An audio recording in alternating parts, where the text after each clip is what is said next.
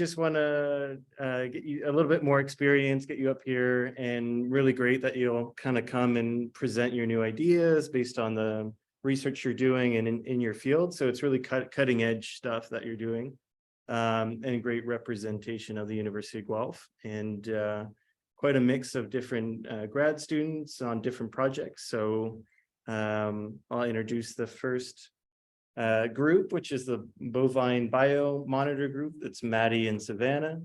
They can come up here and I'll load your presentation.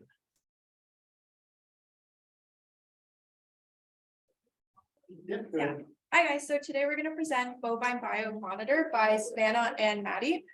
So just our agenda, so we're going to get into what is milk fever, so our problem at hand, get into the product, target market, our function. So we have designed an app, as well as we'll do a live demonstration with our wonderful Mabel, and then get into the nutrition relation, general cost plan, and then finish off with the revenue plan. So what is milk fever? Subacute or acute hypocalcemia, also known as milk fever, is a metabolic disease, and that occurs when blood calcium falls below just about 1.6 millimolars per liter. So it results when calcium levels in the blood are too low to meet the requirements for milk around calving time. So just about 5 to 10% of dairy cows succumb to milk fever around calving. So milk fever can be divided into 3 stages. So in the first stage, cattle may appear excitable, nervous, or weak, typically goes unnoticed, and the calcium levels typically are between 5.5 to 7.5 milligrams per deciliter. Moving on to stage 2, they are down but not flat on their side just yet. Moderate to severe depression, partial paralysis, and they are typically lying with their head on their flank. So that's also known as a sternal recumbency. The calcium levels are typically between 3.5 to 6.5 milligrams per deciliter. And then moving on to the last stage, stage 3, which is the last one that we definitely want to avoid. They are flat on their side, completely paralyzed, typically bloated, and severely depressed to the point that they could even be in a coma. And then they will die within a few hours if treatment is not given. So calcium levels are typically between 3.5 to 2.0 milligrams per deciliter, but can be even lower than that.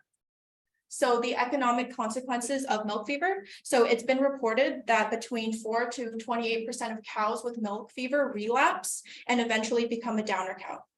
So that means that no matter what we do, the muscles are either paralyzed or not contracting properly, and she will never get up again, essentially. So this can reduce the cow's productivity life from about 3.4 years, and the economical losses due to clinical cases of milk fever are substantial and include losses from death, so about 8%, premature culling, that's about 12%, and then finishing off with the treatment cost, and as well as decreased milk production in the subsequent lactation. Also, each episode increases the risk of other parturition diseases such as retained placenta, ketosis, displaced abomasum, and environmental mastitis. So our product. With the use of Bovine Bio Monitor, producers and veterinarians can confidently diagnose and choose an appropriate treatment for the severity or stage of milk fever. So it's designed to aid farmers in detecting milk fever in early stages. So we hope to catch it around that stage 1 to stage 2 and decrease the production losses in the end. And then with a simple prick and a drop of blood, milk fever is diagnosed within minutes. And then, yeah, this is just once again a little picture of what the device itself looks like with the strip pad and then the touchscreen, which will display the results. So the function of the product. The device utilizes strips from ionized calcium monitoring in the vulva pricked blood, which we will show in a second. The strips utilize a paper-based ion selective optodes, and the optical response of the strip is recorded by the software within the device and then shows up again on that screen that we showed.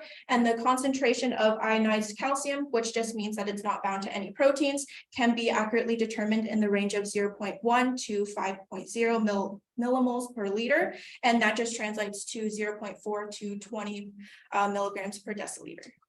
So our target market, Bovine Bio Monitor, is designed for producers in the beef, so cow-calf sector, as well as the dairy sector, with emphasis on farmers who may not have timely access to veterinarians, so they can't wait around to have a vet come and diagnose that it's milk fever before that stage 3 comes around. As well as veterinarians can also benefit as the device can make farm trips quicker and more efficient. So they can come on, they can look at the symptoms that they have. They may think it's milk fever, but they're not entirely sure. They use this device and quick and easy, they know what it is. So live demonstration with Mabel by Maddie. So this is our girl Mabel, also known as breeding Betty, but we thought Mabel was a bit nicer. So to start off, again, our cows are usually down or pretty lethargic, so we do want to restrain our cow and make sure she is not in a way that we're gonna get run over or trampled. So pretend that she's ahead and there's a headlock or something, not just for half an hour. So we want to start off by moving the tail. In this case, she's a pretty girthy tail. And then to avoid any bacterial infection, we take an alcohol swab and we're going to take a blood sample from her vulva. We want to make sure you thoroughly scrub down the area where we are taking our samples, avoiding any further bacterial infection. And then we're going to take our monitor here. This is just a diabetic one, so a lot smaller. And take our test strip and insert that in the bottom, and that turns on. Then we're going to take our lancet and scrub. This is a single-use lancet, so it avoids any other uses. So not a lot of beef and dairy farmers will reuse the same needle tip. So being a single use, it loads and springs once, and we can't reuse it. So then again, that'll also help decrease our infection. We prick our Bessie or Mabel in the bum, and then we take the blood sample, collect it into the little channel here, and then we wait for our reading results. And then while we're waiting on the result, we just want to put our finger on the bleeding spot and then wipe away as it stops bleeding, as it clogs. So make sure we shut off that channel of any bacteria getting in to her rear end. And then results will be displayed on our screen, also sync up with our app that we will talk about in a second. Yeah, so super easy and super quick. So moving on to the function of the app. So like I said, yeah, we have an app. So this is we did a little mock-up of what the app would look like. So bovine biomonitor is designed to be utilized for herd health and management choices within our beef and dairy sectors. So our data is collected from our device. Whenever you go to prick your blood, you would type in the cow ID number. Then it comes into the herd tab, where you'll be able to see reports of those cattle and how they've been monitored and how they've maintained after they've been sick and while they were ill. So it's a safe, reliable space to have our herd data. We can share this app with veterinarians. You can send them reports on herd health. And dairy farms, we do herd health every month, if not bi-weekly, depending on your herd setup. So again, this is a great tool to help further advance and manage your management styles and your practices on farm. Again, you can also buy pads directly through the app. So it is really set up easily to know the device and the pads you're using. So you can just click and then order your test strips. As well as there's also an instructional video how to remind our producers how to safely test using the outer exterior of the vulva for blood. So our nutrition relation, so we're focusing on calcium, which plays a really vital role in muscle contraction as well as function and immunity and the whole. So it's important to macro mineral around the time of calving, because when we ever have a baby, whether it be in beef or dairy, there is milk production occurring. So in beef cattle, they are feeding the calf and sucking right then and there. So the calf gets its lifeline through the colostrum, which is its immunity for the rest of its life. And then for dairy cattle, we do see an increase in production when they obviously calve out. So it's around the first 24 to 40 hours we see this is the most vital part, to have like really good calcium in your feed. So calcium is naturally occurring in our legumes. So that includes our alfalfa, clover, and our grass hay as well. And to be able to test your nutrition levels in your feed, you can take feed samples of our forages and legumes in our feed that week, or even like that month. We can do monthly samples as we get closer to calving. We're able to do those feeds and test the calcium levels as well if we need a supplement or be more aware that there's going to be an issue in time of calving. And then for our general cost plan, so we have our calcium monitor is manufactured at $170, sold for $210 to the producer. Test strips are $20 manufactured, selling for $35 for a package of 10. Single-use lancets, which is what I showed earlier. These come in a box of 200, manufactured for $50, with a cost to producer of $80. And then we also do have a subscription, which would help keep the app updated, as well as making sure it's still functioning properly. Would be $72 annually, and then the potential for software updates as new research has been explored at $50 per producer. So then for our revenue plan, we did cross sectors between the beef and dairy, which does really create some hard numbers. So after this, I do have a dairy example, but general streams of revenue for us will be a monthly subscription basis, software updates, as well as device sales, as well as, again, as new test strips. Because as devices enter the industry and people use them until they really work really well for their herd, we will see an increase in sales as well from producers that have responded. So for our example, so this was calculated off a basis of dairy farms in Canada. These are a lot more monitored than beef farmers. Some guys just have a few calves in their backyards. We can't really can't really focus on those. So yeah, we're going with the dairy industry example. So I did say here, our calculations are based on a 30% adoption rate. So studies have shown that farmers, specifically dairy farmers, adopt new technology and integrate them into their herd and farming practices about around 30%. And then we're also doing calculating out milk fever rates of 10%. So be able to really get our test strips and get a general idea. We know that milk fever occurs around 10% of cattle in your herd. So we were able to do that test wise. So on a basis of selling 2,985 devices at $40 revenue per unit, is a total of $119,400. Test strips were selling 168,975 with a revenue of $15, with a total of $253,463. And our subscription, we had a rough calculation of how many people would actually be renewing their devices once they got them, with 2,090 devices renewals and $70 per unit for a subscription at a total of $150,480. So for a grand total of revenue of $523,343 annually. So to back up some of my math, to get my notebook, that was quite a bit of numbers. So we started off with a total of 1.877 million dairy cattle in Canada, with a 30% adoption rate, that is 563,250 cattle. And then with a 10% incidence of milk fever, that was 56,325 dairy cattle being affected by milk fever. And then we had 9,952 dairy farms in Canada, with a 30% adoption rate is 2,985 farms adopting the use of the device in their herd. And then we had 56,325 cattle with using 3 strips per diagnosis. So that's 100,068,975 strips used. So we have 1 strip going to diagnosis, and then the other 2 strips going to maintenance and ensuring that they are safe and no longer suffering from milk fever. That's a lot of numbers, sorry guys. Yeah. So yeah, that's BioVine water. Okay, good afternoon, class. Today we're going to talk about our brand, that is Cholesterol Companion. We're Illinois, Martin, and me, Jesus. So just a little background. Cholesterol in cats, first of all, one of the main important functions of this is membrane structure, but it's also precursors of different things that is going on at the same time in cats. Well, this is similar to other species, but it's bile acids to digestion of lipids, corticoids, estrogen and androgens, and vitamin D3 as precursor for all of these ones. Okay. Yeah, so one of the problems that we are looking into this brand is obesity, and it is related to cholesterol in cholesterolemia and lipidemia too.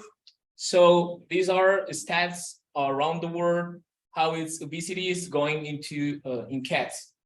This is a racing problem, and at least as far as I know, I haven't checked. I don't have any reference like in 5 years, maybe in the last 5 years, but it is expected this growing up even with the dogs and also humans. So about cholesterol, their overweight is related with higher cholesterol, TG, VLD, LDL, and also lower high density lipoprotein. We are going to talk about this. And consequences of cats that have this problem, and this is what we are looking to it, is basically or cardiovascular disease, and also related to liver problem as fatty liver. Inflammation is also related with this. So our brand, our name is Cholesterol Companion, and we are looking to work in cats. We're gonna talk about that later, but we are evaluating cholesterol in blood for cats.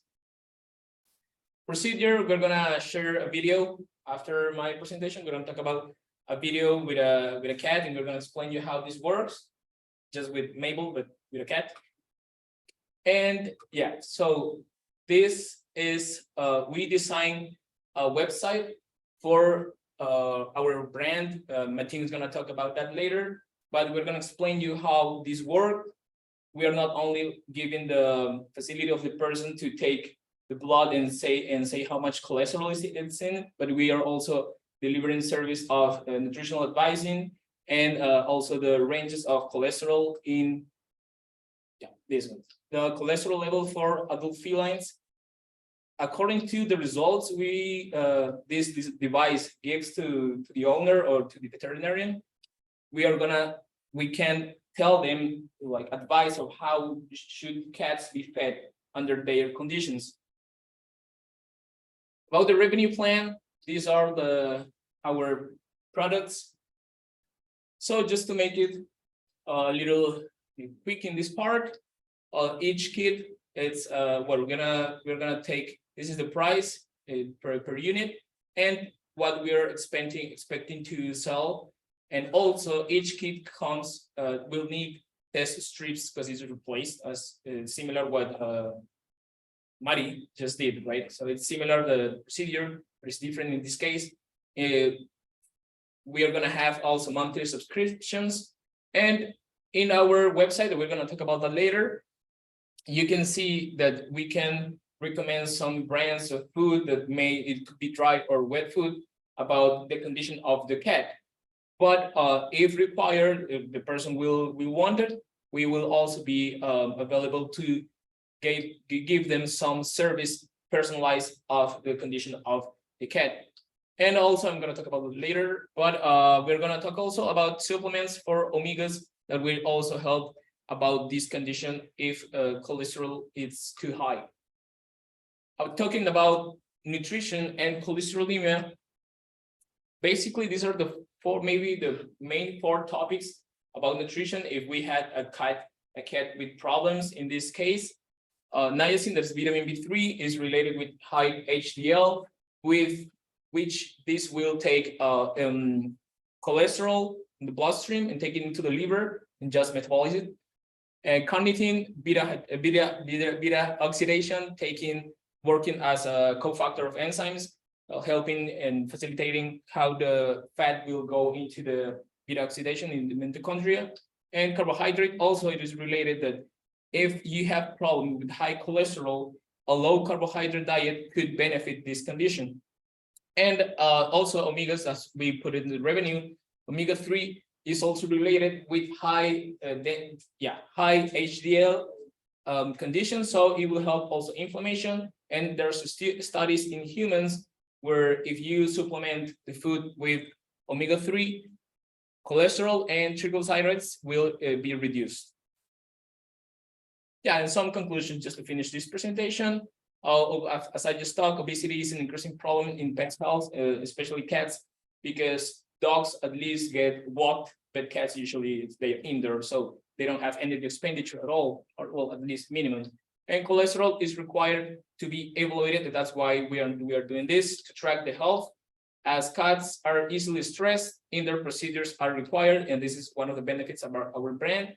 And changing feeding habits is required if the condition is let's say bad about cholesterol. Having cholesterol values is an extremely useful tool to adjust the feeding program of the cats. Now, Martin is going to talk about the website. Hi, good afternoon, everyone. So I will just show you the website.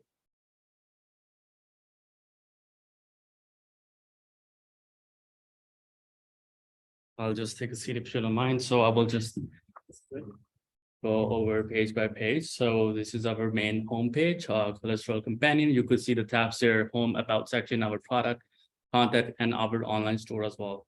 And then you can make your account, you can sign in. So this is first page. This is our logo. These are some of the pictures for reference. Body condition score. This is a really fat cat because hyperlipidemia and hypercholesteremia are quite linked together. So if their owners thinking about having their cat to lose a lot of weight, so they might reference the cholesterol value as well. This shows our product strips, and this is our complete product package right there. These are some of the popular products from our online store. Linoy will walk over through that later. So we do have a website right now, but in near future, we'll be working on app as well, which will just transfer data to the app, and it's Bluetooth connected. But for now, we do have online access to a website from which they can monitor results real time. And as part of our strips, the best part about that is that they have advanced supersipin technology. Other commercial strips, if you put a blood drop on them, it can be slow, it can be wasted. But because this strip has a newer technology, so it can sip the blood in less than 0.25 seconds because there is a faster capillary reaction. This is again our product picture, and you can subscribe to our newsletter.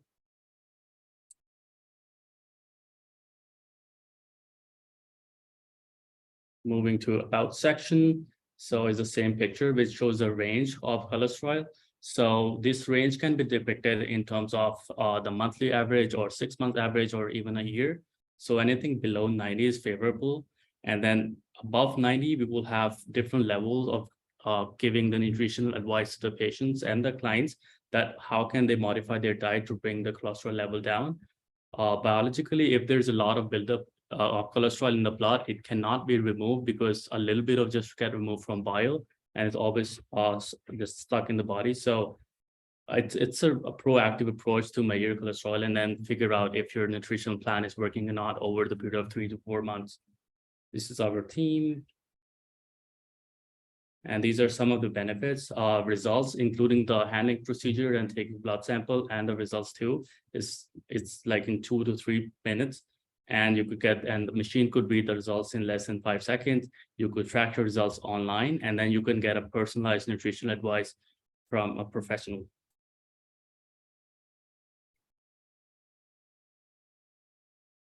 This is our contact page in case any customers have questions. This is our address, and then it has a live chat feature as well. So the way you could track your results is you need to make an account, sign in. And once you sign in, you can just click on this green button, track cholesterol results. So that's how the graph will be charted. So this shows like 4 data points for January, February, March, April. So they can be changed to weekly or can be changed to daily, but just an example. So these are the results. This is the average 207. Desirable, it does show what desirable results are.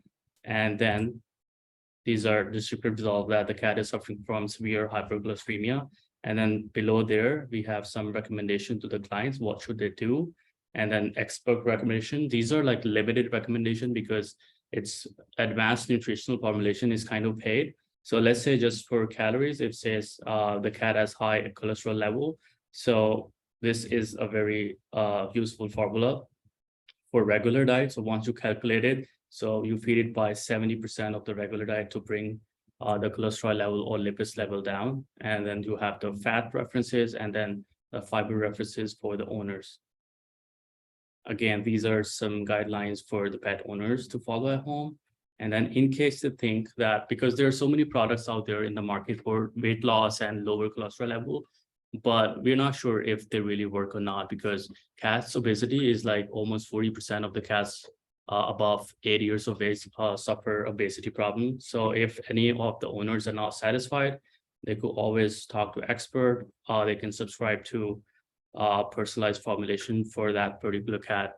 And then they could really track that if the diet or medication is really effective.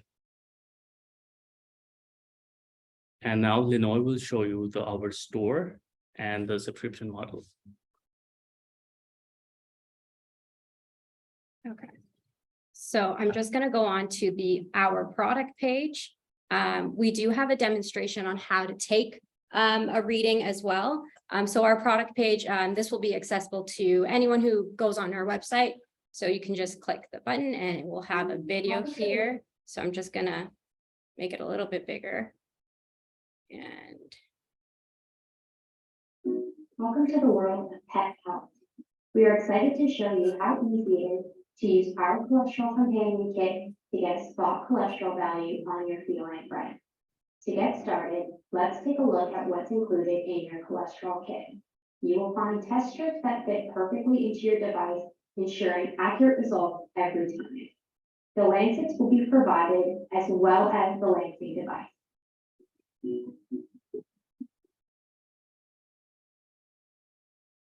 Before we begin the test, It's essential to know how to desensitize your feline friend. You can use various methods like treats, pheromones, or interactive games to calm and distract them. It's also crucial to handle them gently, petting or massaging them in the direction of their fur. Now let's introduce you to Molly, our furry friend, and show you how to get a spot cholesterol value with the least amount of restraint possible. We will start by desensitizing her face and keeping her busy with her favorite treat.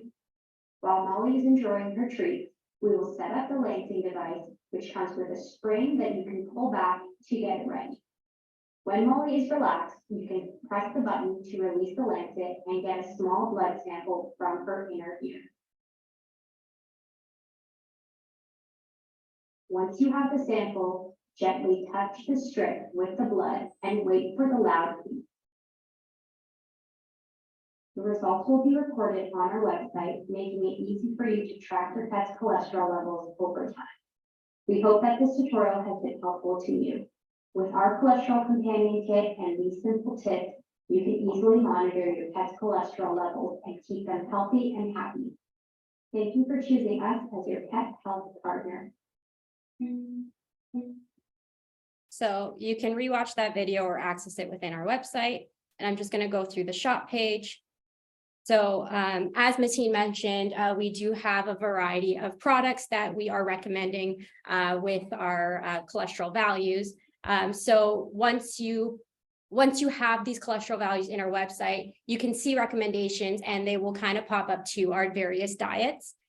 We do have some weight control products as well as some hydrolyzed diets as well. So we're trying to cover cats who have allergies, cats who have urinary symptoms as well. Most of these diets do have an SO index on it, so they cover for struvite and oxalate crystals. We do have omega-3 supplements too. So right now we have, so we're partnered with Royal Canin and Hills as well as Bray Run. So Bray Run provides omega-3 supplements. We do have a fish oil one. So that's our fish oil supplement here. So you can add it to your cart if you'd like. And then you can just go to my orders. We also do have some alternatives in case some owners don't want to do fish oil, but they need an omega-3 supplement. So a lot of owners, they don't love the smell, like the fishy smell. So we do have a cricket meal topper as well as Atlantic sea kelp as well in terms of like alternatives for fish oil. Sorry, just go back. So once you add these to the cart, they'll go and proceed to shipping and checkout. Right here in our shop section, you can also purchase the kit. So once you purchase the kit, you'll be sent the kit with a specific serial number. You don't have to register or do anything. You just have to create your account. Your serial number is directly associated with our website. So once you buy our kit, you're pretty much registered. Just create your own username and password. Like Mateen said, we do have personalized diets for an extra cost. That's if you don't choose to buy our diets from our website and you do want to buy store-bought diets. We do understand that diets are getting a little bit more expensive nowadays, and buying veterinary exclusive diets are quite expensive. So if you do want to buy a store-bought diet, our nutritionist will help you calculate calories and like a feeding plan in terms of daily to achieve that weight loss goal, as well as tracking your cholesterol over time. So that's kind of what we have for here. Our diets have the information on them as well. And then you can go to my orders. You can click that. And then it'll see what you place in your cart. But that is pretty much everything that we have for our website. Thank you for listening, and we hope that you choose Cholesterol Companion. Hi, everyone. We are Aqua Analytics. So, who are these guys here? So we are an Ontario-based company that provides excellent feed and fish analysis service based on real farm data. And we will provide recommendation based on reviews of cutting-edge research in the field of aquaculture. So Aqua Analysis, well, based in Owen Sound, which enables us to reach fish farmers across Ontario most efficiently. Our service will focus on the purify and micronutrient status of the fish and also their feed. So about us, I'm Junyu. I'm a master's student at University of Guelph. I have experience in aquaculture industry with a strong passion for improving the sustainability of fish farming. I'm Cody. I have the same education, but I have different experience in more of a nutrition aspect. You're gonna be turning that back and forth a lot. And we're really hoping to help optimize welfare and improve nutrition.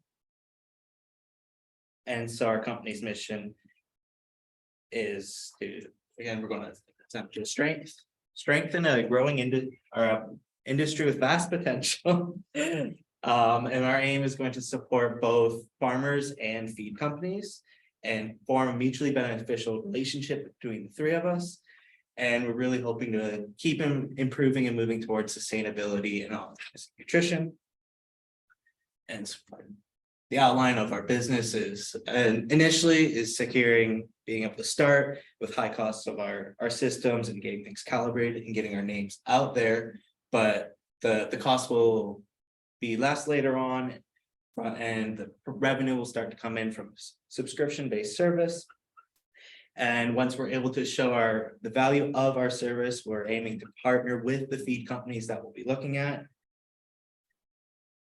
and supporting. Okay. So since we're based in here, the Open Sound, we will drive all the way to fish farmers. Which is major, most of them are based in Manitoulin Island. So once our clients subscribe to our service, a survey will be sent out to them asking for information on their operation, such as what kind of farm species are there, what is the age of fish, their stocking density, operation system, and water temperature, feed that they are using right now, their feeding program, their desired weight, and what are their operation goals. Aqua analytics will then drive to the farm. Here we go. We will drive all the way to their farm, and we will then take samples of feed, fish, and fish tissues. And so here's a video of illustrating how we would take blood sample from fish. So once fish is euthanized in MS-222, it will be placed with a ventral side facing up, which expose their anal fin here. The needle will then enter posteriorly to the anal fin and take blood sample from the caudal vasculature.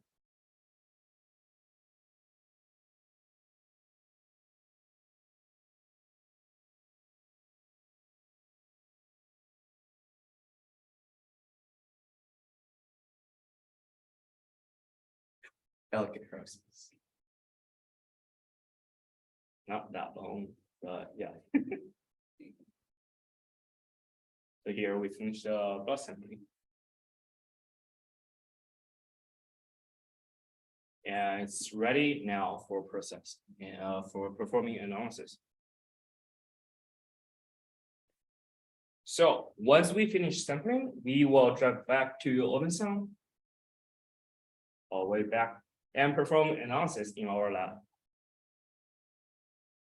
And so our analyses, we mostly focus through NMR and NRFs, which will both be used to identify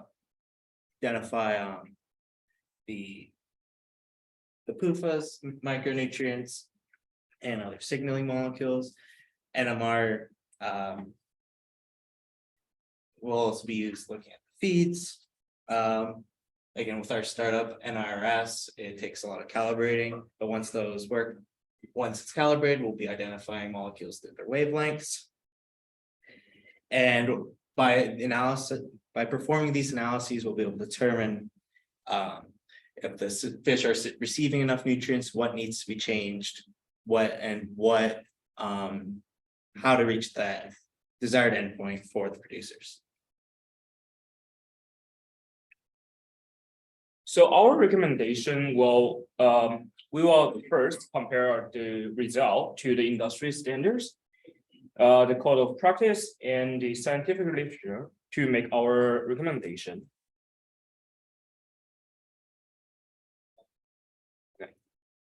And to access data, we'll have an app as well as a similarly formatted web extension.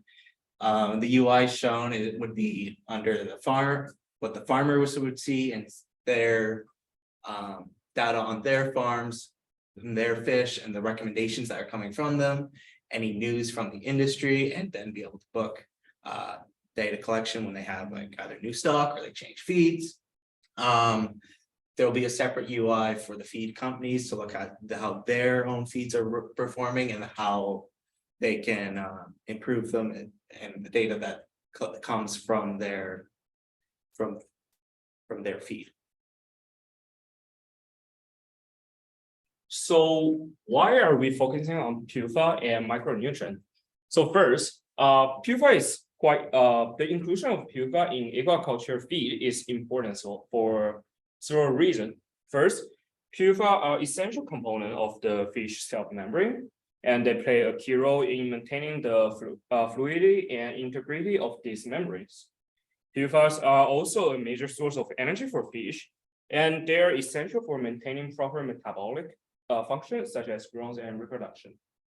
Second, PUFA act as regulator in fish. PUFA are involved in a number of important metabolic processes, including activating fatty acid oxidation and inhibiting fatty acid synthesis, and also decreasing circulating lipids. Third, PUFAs can affect the quantity and nutritional volume of farm fish. Fish that are raised on diets that are deficient in PUFA can have low level of omega-3 fatty acids, which are essential for human health. By including PUFAs in the diet, the fish can produce meat that is rich in omega-3 fatty acids, which are highly valuable, by customers of its health for its health benefits. And again, look at micronutrients, little are needed, but having optimal amounts will prevent deficiencies and decrease susceptibilities to diseases while ensuring optimal growth and tissue health. The micronutrients can also act as cofactors, signaling molecules, and those being identified will allow us to examine what processes are happening in the fish and if any diseases are prevalent or precursors to diseases are happening. And we'll also be able to determine that there's proper amounts in the tissues. And finally, with the success in Ontario, we'd hope to move into other larger industries in Canada, mostly on our coasts, going out west to British Columbia and out east to New Brunswick and Newfoundland and Labrador, where there are much larger aquaculture industries. And thanks, everyone. Hey, this is our business presentation for the fish carpet. I'm just going to start off by giving you a little bit of information about some of the nutrient requirements for tilapia and some background. So nutrients for tilapia, they have a very high protein requirement. It can vary with age. However, majority of the adults need about 20 to 30% of protein.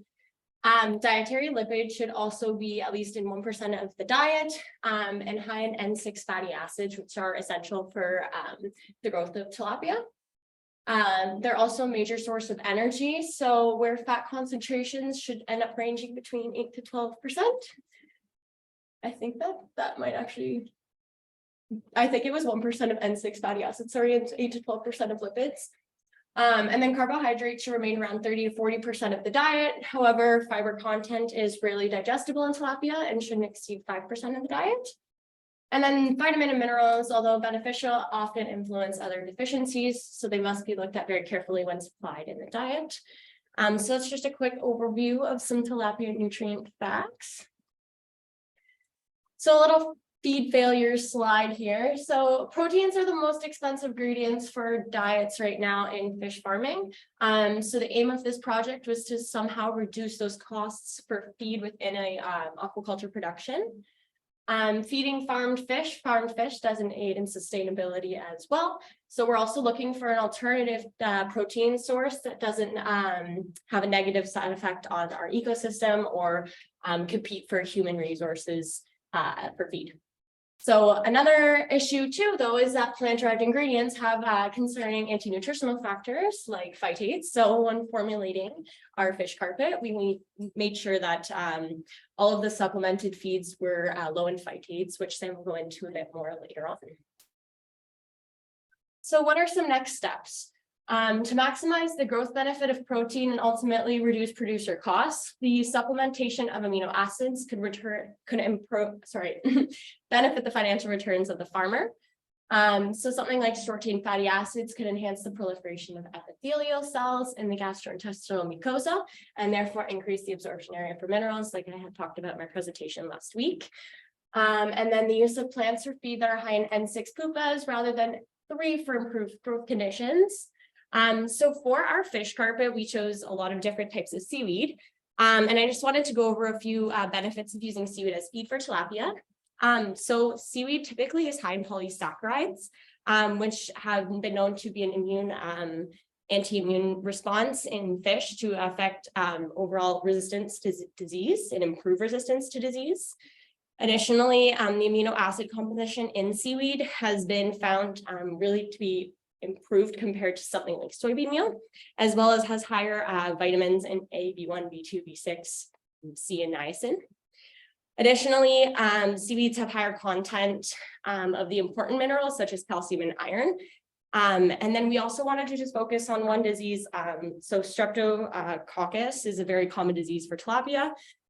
So ultimately, if we do improve the feeding regime at the aquaculture facility, there's hope that there will be more resistance to disease and ultimately benefit the farmer financially, even if the feed upfront costs more itself. And then proline is another really good thing that's found high in seaweed that has been known to be contributing to survival levels in tilapia. So from here, Sam. And so another thing that, just to add on to Maddie's point there, another thing that I found in literature is that seaweeds tend to be quite high in different pupas as well. Actually, you might have mentioned that. It's fine. Okay, so in literature, I did find a typical tilapia diet, and I wanted to figure out the cost of this diet just to figure out how we can make feeding cost less for tilapia producers. So I used Don Bureau's feed formulator for fish.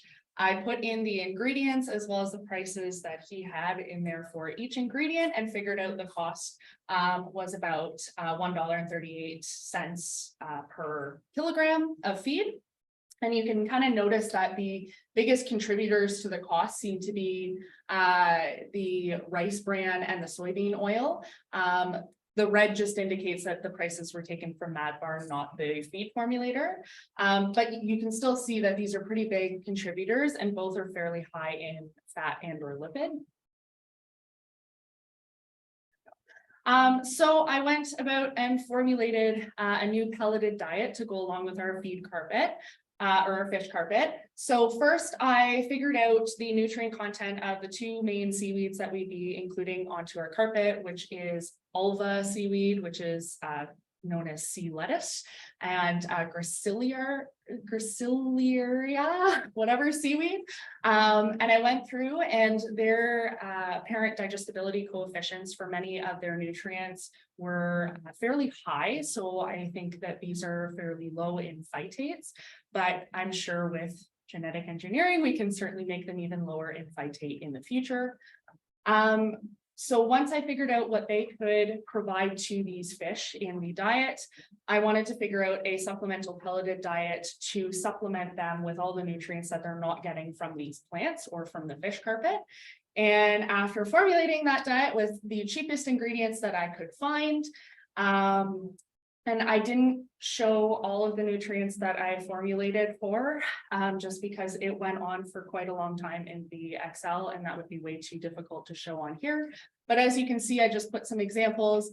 It meets all of the nutrient requirements. There were a couple weirder nutrients that I couldn't meet for time's sake, but it meets quite a lot of them there. So cost comparison. So it's one thing to meet nutrient requirements, but now we need to look at the cost. So just for the pelleted feed, you can see that it's already reduced in cost per kilogram, which is kind of expected if it's not including some of the stuff that the fish carpet is providing to these fish. But there's over a 30% decrease in pelleted diet cost. For the fish carpet, when looking at the cost of this, from literature, I found that per metric ton of sea lettuce is about $67.29. I use this number, the other seaweeds and Java moss, which won't necessarily be used for nutrients. It's more of the mechanical and chemical filter of our carpet. I could only find costs for aquariums, which tend to be quite high. So just based on the, I guess, cost comparison between those two and the sea lettuce, when used in aquarium, I just scaled the cost based on that. So these are estimated costs, but I would assume that that's what they would cost in bulk. Assuming again that 10 meters square of fish carpet would be roughly 500 kilograms of plant material, and each plant makes up a third of this fish carpet. Each meter square of carpet will cost $3.70 in plants, which is pretty low. And the wire mat that will hold the plant in place would cost about $8.14. Installation, we wanted to keep this fairly low. We don't also think that it will take too much to install these carpets. So $250, this is the set cost. And then so each fish carpet will cost $16.58 per meter square. So obviously it will depend on the tank, which the producer has, plus that $250 installation cost. And so a final kind of cost comparison just to see how it compares to a traditional feed cost. So say you have a tilapia farm with 10,000 tilapia in 2 separate tanks with a stocking density of approximately 32 fish per meter square. The feeding cost per month, if you're feeding a traditional diet, would be just over $4 grand per month, and per year over 60 grand. So it's quite a large number. Feed cost is one of the highest costs of production. And in the fish carpet system, when you're combining the cost of the pellets per month plus the carpet, if I split into equal months, assuming that the carpet will last for 6 months, it will need to be replaced every 6 months. It will cost just under $4,000 per month. And then per year, it will cost just under 50 grand. So that's $10,000 in savings. So that is quite a significant number that, I mean, they could use those funds for something else. And of course, our goal with this fish carpet is to continuously add plants to lower that cost even more, make it more sustainable, make it more cost effective. But even as a start, that's pretty good. So we believe that a big selling point to both the producer and then also the consumer buying these products is the improvement for fish welfare. We have found in our research that aquaculture systems with some sort of environmental enrichment improve the growth performance of the species, seen in higher weight gain from increased serotonin levels that combine a form of environmental enrichment with nutrient supplementation, and then also a higher survival rate and just an overall improved quality of life. There is also a cited positive contribution to immunity and the stress response. This is seen in a study where they used multicolored gravel substrate and artificial plants for a grass carp species. This improved the stress response and the fish's ability to cope with stressful events. and was seen to reduce repetitive behaviors.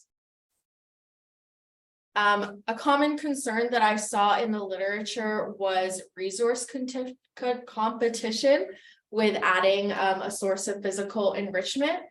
However, in a study that actually added river pebbles as well as artificial aquatic plants to a tilapia system, they saw that there was less intense and lower attack frequency, as well as a decrease in latency to start fighting and a less obvious dominance hierarchy. And also, as I mentioned before, we do believe that the improvement to the fish welfare will be a great incentive for the producer in terms of them having a more valuable, high quality final product, and also be appealing to consumers that show interest in purchasing from welfare and sustainability conscious operations. So a real life example of adding some sort of physical enrichment into your system is the Aquamat. Although it does kind of differ from our product in terms of its material and how it sits in the system, that one goes on the surface of the water, whereas ours will sit on the bottom of the tank.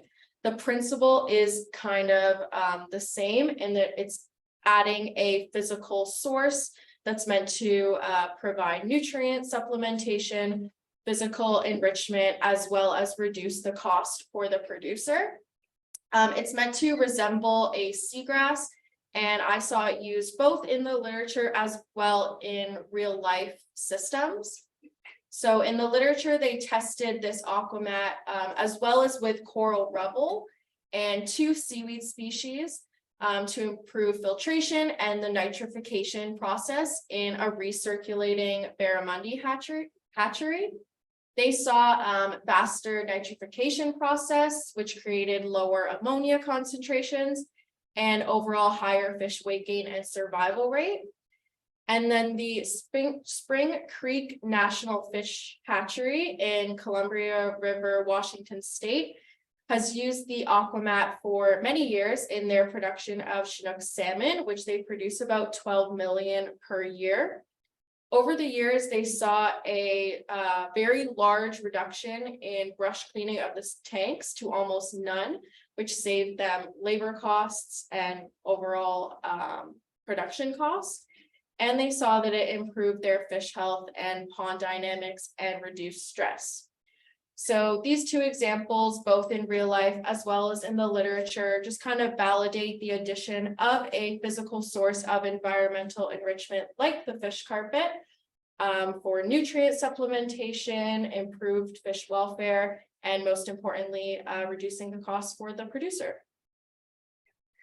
And just to kind of bring your attention to the little brochure that I have made.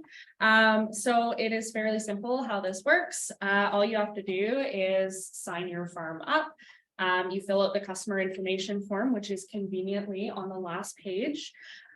You book your fish carpet installation appointment. And again, we're hoping that this lasts for about 6 months in each farm, though this may vary depending on the farm. So once we see when it needs replacing, then we can start booking replacement installation appointments.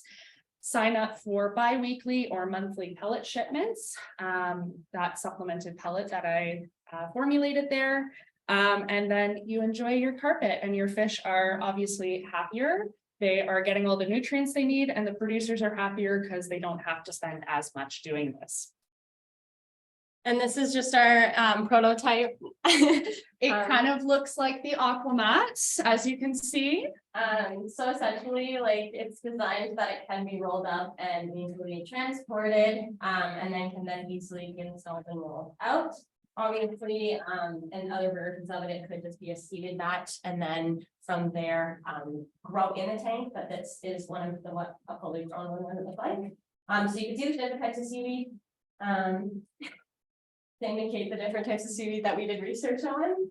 And yeah, I would think that it resembles a lot like the bottom of an ocean almost. So give more of a freedom to the natural for the fish. That's our presentation.